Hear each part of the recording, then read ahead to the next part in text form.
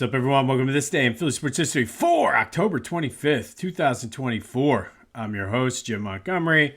Welcome to a feel-good Friday edition. It's been a long week, but we've made it. The weekend is here.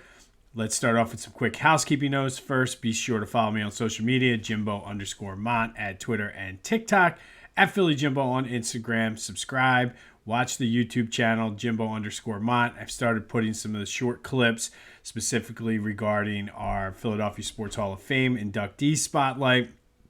Trying to grow that and just put some other different content on there as we continue to grow. But spread the word. As I've been saying, if you're enjoying this, likely somebody else in your circle will as well. So every little bit helps as we're trying to outsmart the algorithm. Be sure to check out my boys over at the Clashing Conferences podcast. Doing great things over there. New baseball episode drops. Season finale for baseball is next week. And from what I'm hearing, they have a lot of great and fun things planned. So be sure to tune into that next week. The OG football dropped yesterday. Man, it's always entertaining when Topher is just down in the dumps about his team. I think he's finally starting to realize what we all realize, and that is Daniel Jones and the Giants suck. But go check them out. That's available wherever you get your podcast as well as on YouTube. Do a little early Christmas shopping if you want. Get ready for the holiday season. Go to Philly Goat. I've been talking about those bags all week. They've partnered with Varsity Coolers. I'm sure you've seen the duffel bags and the backpack coolers. Great for the pool, great for tailgates. Even in the summer, if you're going to a barbecue, they're great for that. These things are awesome. I'm getting one. I think I'm leaning toward the backpack now that I think about it, just because some days at the pool you're gonna carry a chair, pool bag, everything. So just throw the backpack cooler on and you're good to go. But go to phillygoat.com, check out the cooler bags, check out their new selection of shirts. And be sure to use that promo code Jim Montgomery to take 10% off your orders. So that's phillygoat.com, promo code Jim Montgomery to take 10% off. All right, let's start with a recap of yesterday's question of the day. I asked you, who is the GOAT of the NBA? And really, to me, it comes down to Wilt and Michael. Nobody voted for Kobe. Nobody voted for LeBron, thankfully. Kobe, like I said, you can make the argument for Kobe, but I feel like without Michael, there is no Kobe. And Kobe has said as much during some interviews and things like that. But 73% of you said that it was MJ. Hard to argue there. A lot of good debate I saw on the Back to the Future voice and text line, 267-495-8531. But I want to bring up something that Ken from Wincoat said, and this kind of puts it into perspective. I was talking about the things that Sonny Hill was saying, but Ken said basically that with Wilt, it's hard to compare because he's almost like mythical. He's a legend, kind of like a Babe Ruth status. And I think I would have to agree with that, where Wilt was the guy that was doing everything first and sort of what everybody was striving to be. And I think you put him in the category with like a Babe Ruth, almost like Babe Ruth, Tiger Woods, guys like that sort of fit into that category of mythical status, doing things that you're never going to see again. So shout out to Ken for commenting and kind of putting it into perspective. Like I said, I think Wilt, basketball-wise, was certainly a mythical legend, especially because one of the greatest stats I've ever heard about Wilt, other than 10,000, but we'll kind of keep it PG today, is that the one year he said, I want to lead the league in assists, and went out and did it. I mean, I think the fact that he's just like, this is what I'm going to do, did it, and did it very easily, I would say. The dude averaged over 48 minutes per game one year. So I think if you're talking about GOAT status, I think, yes, it's probably Michael because he was a different beast. And guys just aren't made like that anymore. But if you want to talk about mythical legend status, I think that's where Wilt fits in. So thank you so much for the commentary and the comments on that. It was a good back and forth. I thoroughly enjoyed it. There will be another question later in the show, but thank you as always for participating. All right, so Sixers are in Toronto tonight. No Joe, no PG.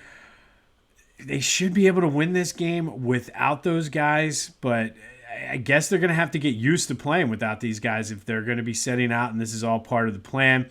The NBA is still investigating the whole quote-unquote plan for Joe, whether he's hurt, whether he's not. I know a lot of people were angry just in general with the Sixers, and again, I don't know why the Sixers catch more flack for essentially being the same team as the Phillies and the Eagles year after year. I mean, at least they make it, I guess, deeper runs. Maybe that's why, but I think the Phillies and Eagles certainly are deserving of criticism, but the Sixers, for some reason, and maybe this is the crazy ex-girlfriend where I'm making excuses for them, but I feel like they get a bad, they get an unfair amount of extra criticism that the other teams don't get, but they probably should. I don't know. Let me know your thoughts on that on the Back to the Future voice and text line. Maybe it's just me going through that phase. Well, it wasn't that bad because we're still early in the season. Who knows? One cool thing I did see yesterday, if you remember for the in-season tournament, which is now known as the NBA Cup, last year the Sixers had that bright, ugly, I thought, red court. This year they're switching it to like a blue court, and I'll be honest, I didn't think it looked that bad. If you ever seen Boise State's home games when they play on the blue court up there, it's Sixers color blue, more of that royal blue, but it did not look that bad. So if you can, go check that out. But I'm all for that. Again, I'm not taking the NBA Cup serious as some people are. I have people within my group who are like, well, the Lakers won. And you know who you are, but it's the in-season tournament. Maybe it'll catch on someday, but who cares? But it's fun to switch up the court and do things like that. But Sixers, Raptors tonight, need a win here. And I want to see Maxey play better. He put up 25, but as I mentioned yesterday, he was struggling to get some shots off. So Toronto should be a beatable team without Joe MPG. But I guess to look at the bright side, it's all good experience for these guys getting the playing time for when they're going to need it come the postseason, assuming we get to the postseason. Flyers have a big weekend, 2 home games back-to-back, Minnesota and Montreal. They've struggled, but hopefully that end of that game against Washington the other night maybe helped them turn the corner. They showed some fight. They showed some grit in battling back, gave up 2 empty nets to sort of end it. But maybe they're going to turn the corner. I still believe in that. I know there's some people who are saying, well, and you see it all the time in the NHL where you fire a coach. I'm not on the fire Tortorella bandwagon yet, but they're a young team. They're getting it together. Hopefully this means they turn the corner. All right, so we know what's going on with Joe, the whole plan, this, that, the other. Flyers are stumbling out of the gate. Phillies faltered down the stretch. The Eagles, over the past 2 years, they are what they are, I guess. So that leads me to today's question of the day. I have another little fun question for a Feel Good Friday. And 2 years ago, we were preparing for the World Series. The Eagles were 6-0 going into the bye. I mean, even the Union were making a run for the MLS Cup.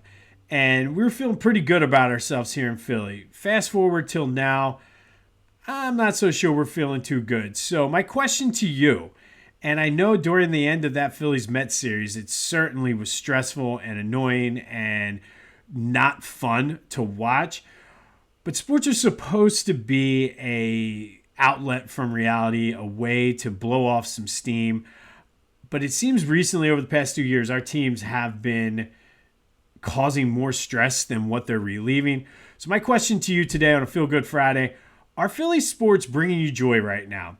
267-495-8531 will get you into the Back to the Future voice and text line. Since that moment 2 years ago when we were preparing for the World Series, Eagles were 6-0 heading into the bye. A lot of shit has gone down, and how are we feeling about it? Are the Philly sports teams bringing you joy? And I kind of question that right now. If they are bringing me joy, I think if the Eagles win this weekend, maybe we might be back on that. But it's been one letdown after another. So are they bringing you joy? I thought about that this morning on my walk, and I'm like, I can't say definitively, yes, they are bringing me joy. It seems more of a hassle to watch games than it is to be enjoyable, specifically with the way the Phillies ended. But 267-495-8531, that'll get you into the Back to the Future voice and text line. Are our sports teams bringing us joy right now? Right now, I got to question it. But let's have some fun. Let's go back and forth on a Feel Good Friday. Speaking of those Eagles, couple things. Usually on Fridays, I'll announce what the uniform combos are. I was not able to find that. I'm thinking since the Bengals are wearing all white, the Eagles will likely go with the green. Maybe they'll go with the green shirts with the white pants. Maybe they'll go with wouldn't mind seeing them go black on green. I like that combo. But once I find that out, I will share it with you guys. One thing I missed earlier this week, too, is I saw during Vic Fangio's press conference that he's not a fan of Cooper DeJean returning punts. And it's funny to hear him say that because I said that the other day during that game. I'm just not feeling him returning punts, especially now that he seems like he's slotted in as the nickel starter. But unfortunately, with Britt Covey out, there's not many other options. So it's something just to kind of see. I wanted to mention that because Fangio said it, and I was thinking it. We were sitting at a baseball game watching on an iPad, and I was like, I'm not a fan of him returning punts because, yes, we have some young talent in the secondary, but this dude's supposed to be the real deal. Why put him at an unnecessary risk? Unfortunately, though, he's really the only guy we have that can do it right now. But that's sort of where we are. And going into this game, too, I think a lot's gonna fall on the defense. And yes, they've played well the past 2 weeks against two bottom feeders. But I think if you kind of look beyond that and look at the way they're playing individually, they're playing well. They're finally buying into Fangio's system. Just like I said back in the preseason predictions, I said those first 4 games, it was almost a blessing in disguise that they had the bye week 4. So it seems as though the system is playing well. Bryce Huff is actually showing up on the stat sheet and doing some things. Jalen Carter has been a beast. Nolan Smith has been good. Jordan Davis has been solid. And I think Zach Bond has been a surprise. So I think, and honestly, there's people talking about Brandon Graham playing another year. He's found the fountain of youth. So I like the way they're playing individually. And are they going to give up 3 points or whatever it is against the Bengals? No. Joe Burrow, Jamar Chase, they got a decent, good team around them. But I think they can hold their own the way they've been playing. And I think that's going to be a key to this game. I'm kind of working through this week the keys to the game. I have like 5 or 6 things that I'm really focusing in on, but I'm trying to figure out what those pieces are going to be. But I think the overall team defense has played better individually, though. So as a team, obviously they played well against Cleveland and the Giants. But individual players, the secondary has been outstanding, and they're going to need them to be outstanding this week. So I just wanted to spotlight the defense, and I know everybody's like, oh, well, they've played the Giants and Cleveland. But at the same time, so is Cincinnati. Their 3 wins are against Cincinnati, Carolina, and the Browns. Cleveland, Carolina, and the Giants. So these teams are really mirror images of each other. And I'm kind of shocked that the NFL did move this out of a 4-25 start because this is a huge game for both teams. Both teams came into the season with those Super Bowl aspirations, and a win by either team will certainly kind of propel them. Both teams have won 2 in a row, so I don't know. I'm glad it's a 1. I prefer 1 o'clock games to any other time slot. But the defense, like I said, individually, they've been playing well.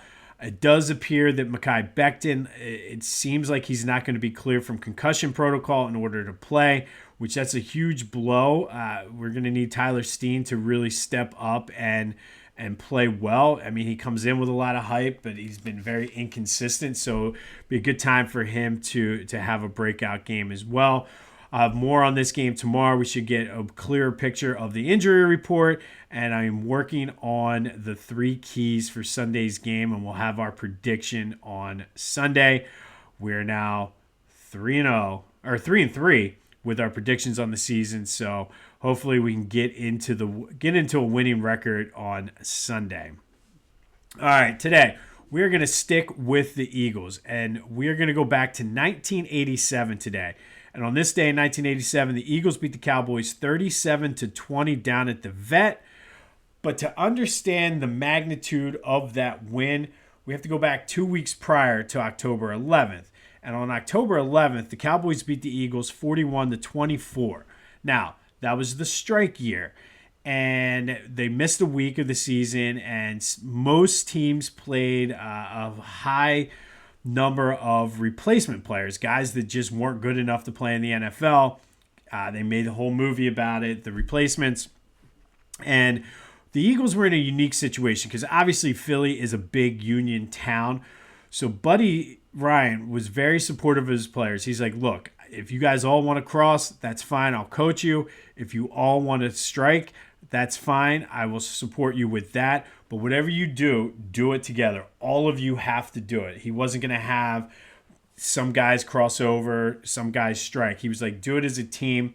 And really, there was no chance in Philly that they were going to cross the picket line and break the union. So Buddy supported that, and he was very vocal about the quality of the players that he had for replacement players. They were terrible.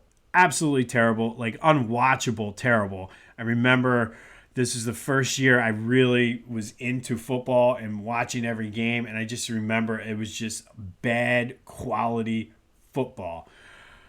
Back to that October 11th game, though, Tom Landry, of course, because he's the head coach of the Dallas Cowboys, had some players that crossed over. So the Cowboys built up a big lead in that game, and then Tom Landry, to kind of rub it in, I think, I don't know for sure what his rationale was. I'm sure it was probably to get work or keep them sharp or whatever. But put Ed Too Tall Jones, Danny White, and Randy White back into the game. And it was bad enough that these dudes crossed the picket line and left their union people out to dry.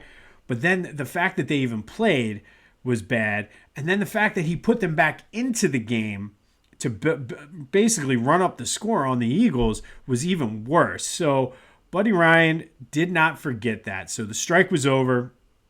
The normal NFL players came back, and that leads us back to October 25th, 1987. The Eagles had a 10-point lead on the Cowboys with 11 seconds to go on the Cowboys 33. All they had to do was kneel the ball, game over. Eagles beat the Cowboys by double digit. Buddy Ryan, though, he remembered what Tom Landry did 2 weeks before, called for Randall to come out, kneel the ball down, but he faked it. He faked the kneel. Randall dropped back, threw it deep toward the end zone to Mike Quick, who got a pass interference call. Eagles get the ball on the 1 yard line. Next play, Keith Byars runs it in for the touchdown. They kick the extra point to exact the revenge and really give the middle finger to Tom Landry and the Cowboys. And I think on a metaphorical level, you can even say that to the union breakers, the scabs, everything. It was kind of like a big FU to them all. Eagles win 37-20, running up the score with a fake kneel. Pass interference, Keith Byars runs it in from 1 yard out. And this was a key moment in the Eagles-Cowboys rivalry because I think it really reignited the hatred for the Dallas Cowboys.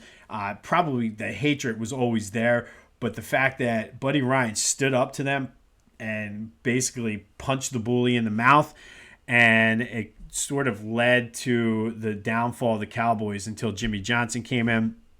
And really, I think you have to credit Buddy Ryan for making the Eagles-Cowboys rivalry what it is today. And it goes back to this day, back in 1987, when he called the fake kneel and threw the bomb, got the pass interference, and Keith Byars ran it in. That year was an interesting year, too, because the Eagles went 7-8, but they missed a game.